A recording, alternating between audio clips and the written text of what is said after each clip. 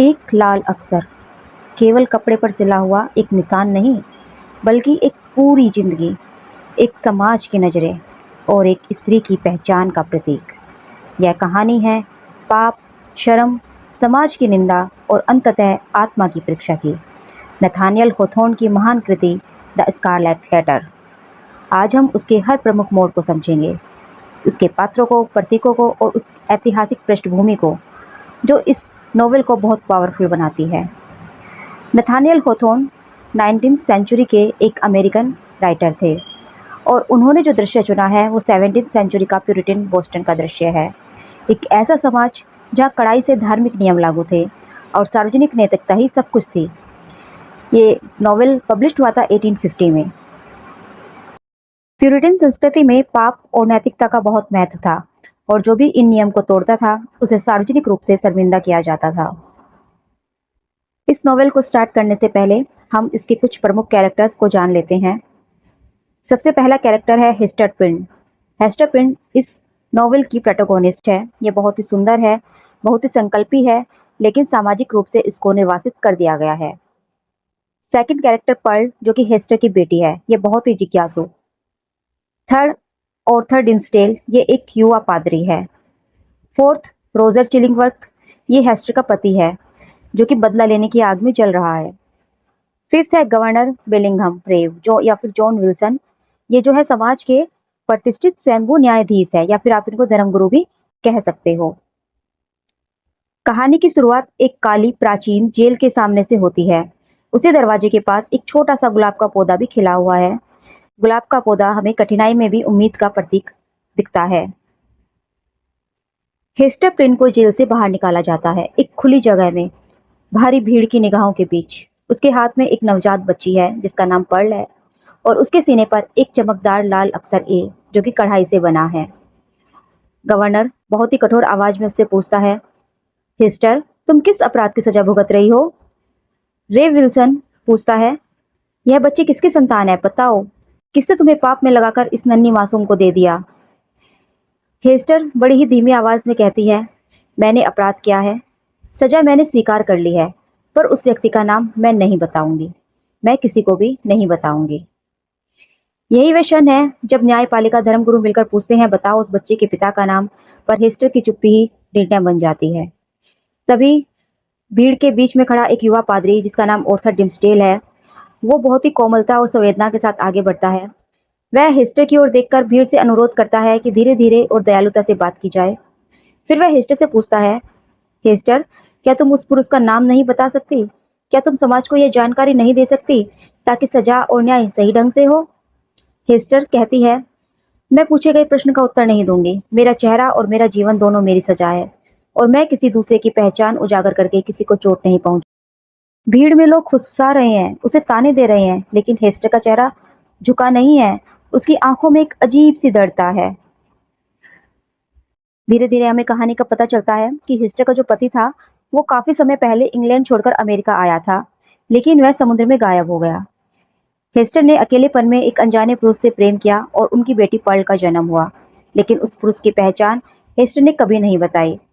Church के पादरी और नेता उसे बार बार पूछ रहे हैं, कौन है इस बच्ची का पिता, लेकिन हेस्टर केवल एक मुस्कान देती है, सच नहीं बताती। पर्ल बहुत ही मासूम है, लेकिन समाज की नजरों में वह पाप की संतान है। भीड़ में एक अजनबी भी है, ये है हेस्टर का असली पति रोजर चिलिंगवर्थ। वह अपना नाम छुपाता है और फिर डॉक्टर बनकर उसी शहर में बस जाता है। उसका लक्ष्य है हेस्टर के प्रेमी को ढूंढना और उसे मानसिक रूप से तोड़ देना, उससे बदला लेना। चिलंगवर्थ जो है धीरे धीरे एक पादरी ऑर्थर डिम्सडेल उसके करीब आता है। धीरे धीरे हमें पता चलता है कि जो डिम्सडेल है वो ही पर्ल का पिता है। वह अपने अपराध को दिल में छुपाए हुए है और वह पाप बोध और अपराध बोध से बहुत ज्यादा पीड़ित है और इसीलिए वह बीमार भी रहता है और चिलिंगवर्थ उसी का इलाज करने के लिए उसके पास आता है। अब हेस्टर जो है समाज से बिल्कुल अलग रहने लगी है, वो गरीबों की मदद करती है। उसका ए का निशान अब शर्म नहीं बल्कि उसके साहस और दया का प्रतीक बन जाता है। पहले ए से एडल्ट्री, लेकिन अब ए से एबल बन जाता है। इधर डिम्सडेल की हालत बिगड़ रही है, वह बीमार और कमजोर होता जा रहा है। चिलिंगवर्थ भी जो है उसके मन का जहर बढ़ाता जा रहा है ताकि वह सच बताने से पहले टूट जाए। पर्ल धीरे धीरे बड़ी हो रही है। वह अपनी माँ से सवाल पूछती है कि माँ, आप ये लाल अक्षर क्यों पहनती हो? लेकिन हेस्टर केवल कहती है, एक दिन तुम समझ जाओगी। एक दिन जंगल में हेस्टर और डिम्सडेल अकेले मिलते हैं। हेस्टर उसे बताती है कि चिलिंगवर्थ असल में उसका पति है और वह बदले की आग में जल रहा है। डिम्सडेल बहुत ही ज्यादा दुखी होता है, लेकिन हेस्टर उसे कहती है कि हम यहाँ से दूर चले जाएंगे, नई जिंदगी की शुरुआत करेंगे। दोनों योजना बनाते हैं इंग्लैंड जाने की, लेकिन किस्मत उनके पक्ष में नहीं थी। शहर में सालाना उत्सव होता है। डिम्सडेल अचानक मंच पर चढ़ता है। वह भीड़ के सामने जाकर सच सच स्वीकार कर लेता है, क्योंकि अपराध से उसका दिल बहुत ज़्यादा भर गया था और अब उससे बर्दाश्त के बाहर जो है उसकी बातें हो रही थी। तो वो जाकर सच स्वीकार करता है, कहता है, मैं ही पर्ल का पिता हूँ और मैंने पाप किया है। वह भी अपना सीना दिखाता है जहाँ लाल निशान है, जैसे कि हिस्टर का था, और यही लाल निशान चिलिंगवर्थ ने देखा था। तब उसे पता चला था कि डिम्सडेल ही पर्ल का पिता है। सच कहने के बाद डिम्सडेल वहीं गिर पड़ता है और मर जाता है। पर्ल पहली बार अपने पिता को गले लगाती है और उसकी जिंदगी हमेशा के लिए बदल जाती है। डिम्सडेल की मौत के बाद चिलिंगवर्थ भी टूट जाता है और जल्दी ही मर जाता है। हेस्टर अपनी बेटी के साथ कुछ समय रहती है, फिर पर्ल शादी करके यूरोप चली जाती है। अब हेस्टर अकेली फिर से अपने पुराने कॉटेज में लौट आती है। वह अब भी स्कारलेट लेटर पहनी है, लेकिन अब यह शर्म का नहीं, उसके जीवन की कहानी का प्रतीक है।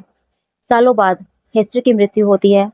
उसे डिम्सडेल के पास ही दफनाया जाता है। दोनों की एक ही कब्र है और जिस पर बस एक शब्द लिखा है, ए। हेस्टर की कहानी हमें सिखाती है कि समाज चाहे कितना भी कठोर सजा दे, सच्ची ताकत अपने अंदर से आती है। हेस्टर ने अपनी शर्म को अपनी गरिमा में बदल दिया, नफरत को प्रेम में बदल दिया और एक ऐसा निशान छोड़ दिया जो हमेशा याद रखा जाएगा, द स्कारलेट लेटर। कभी कभी समाज हमें हमारे अतीत से परिभाषित करना चाहता है, लेकिन असल मायने ये है कि हम अपने वर्तमान को कैसे जीते हैं। द स्कारलेट लेटर सिर्फ पाप और सजा की कहानी नहीं है, यह साहस, प्रेम और क्षमा की कहानी है। हेस्टर ने जिस दिन लाल अक्षर धारण किया, उस दिन समाज ने उसे परिभाषित किया, पर उसने स्वयं को फिर से परिभाषित किया। डिम्सडेल ने जो सिखाया वह धर्म था, पर उसने जो दिखाया वह उसकी कमजोरी, एक मनुष्य की कमजोरी। चिलिंगवर्थ ने घृणा चुनी और घृणा ने उसे अंदर से खो दिया। ए, जिसका अर्थ था एडल्ट्री, लेकिन बाद में इसका अर्थ बन जाता है एबल। पहले ये पाप शर्म का आ, इसका अर्थ जो है पाप और श्रम से लगाया जाता है, लेकिन बाद में यही जो ए है, हिस्ट्री की पहचान और उसकी शक्ति बन जाता है।